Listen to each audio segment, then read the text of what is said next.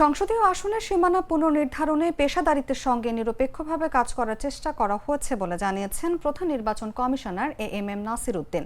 রোববার রাজধানীর আগারগাঁওয়ে নির্বাচন কমিশন ভবনের অডিটোরিয়ামে ত্রয়োদশ সংসদ নির্বাচন সামনে রেখে প্রস্তাবিত সীমানা নিয়ে দাবি আপত্তি আবেদনের শুনানিতে অংশ নিয়ে এই কথা বলেন সিএসএ।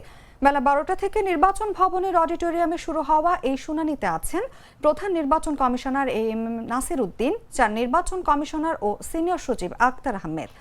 4 দিনের শুনানির প্রথম দিনে থাকছে কুমিল্লা অঞ্চলের 18টি আসনের শুনানি। শুনানিতে আপত্তিকারী বা তার ক্ষমতাপ্রাপ্ত কৌশলীকে উপস্থিত থাকতে বলা হয়েছে।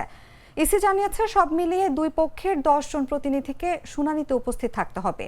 শুনানি উপলক্ষে নির্বাচন কমিশন ভবনের ভেতরে ও বাইরে পর্যাপ্ত পুলিশ, কোস্টগার্ড ও আনসার সদস্য মোতায়েন করা হয়েছে।